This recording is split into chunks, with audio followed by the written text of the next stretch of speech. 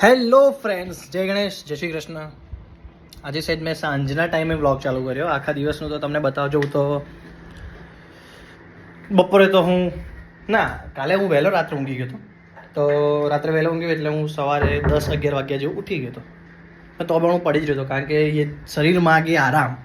મારું શરીર આરામ બહુ માગતું હતું. આટલા દિવસથી જે બધું કામ નવરાત્રિના શૂટ્સ ને બધું ચાલતું હતું, તો આજે પણ હતું મારે. તો 2 થી 4 શૂટ કરીને આવ્યો હું. સરસ મજાનો વિડીયો બનાવ્યો છે, આખો ચોર બન્યો છું ને એવું બધું છે. હા, મારે ત્યાં બ્લોગ ચાલુ કરવા જેવો હતો, પણ યાર ભૂલી ગયો. કંઈ વાંધો નહીં, પણ એક બ્યુટીફુલ હેમ્પર આવ્યું છે મને. હું તમને એ હેમ્પર બતાવું. આખું બહુ જ મસ્ત છે, બહુ મસ્ત. એટલું મસ્ત છે ને કે તમને એવું થાય કે યાર આટલું મસ્ત કેવી રીતે હોઈ શકે. સો આવી રીતનું છે આમંત્રણ પત્રિકા, દેવર્ષ દવે. એટલે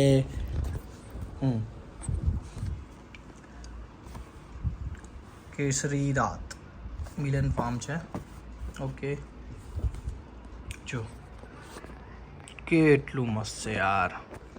મેં ક્લિયર થોડું દેખાય એટલે કેસરી રાત એટલું મસ્ત છે ને. આખું ઓલું છે, આખું લીસું લીસું કાપડ નહીં હતું. હવે ખોલીને જોઈએ. ઓઈલા કાજુ દ્રાક્ષ, આઈલા બદામ બી છે. હવે હું કંઈ નહીં ભૂલું મમ્મી. આ ચોકલેટ મેં વિચાર્યું ચોકલેટ હશે, પણ આ ધૂપ છે. ચોકલેટ સમજીને ખાધું હોત ને તો પતી ગયો, અંદરથી ધુમાડા નીકળે.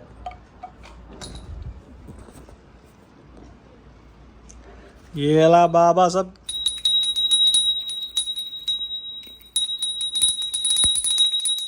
चांदी चांदी हो गई रे बाबा.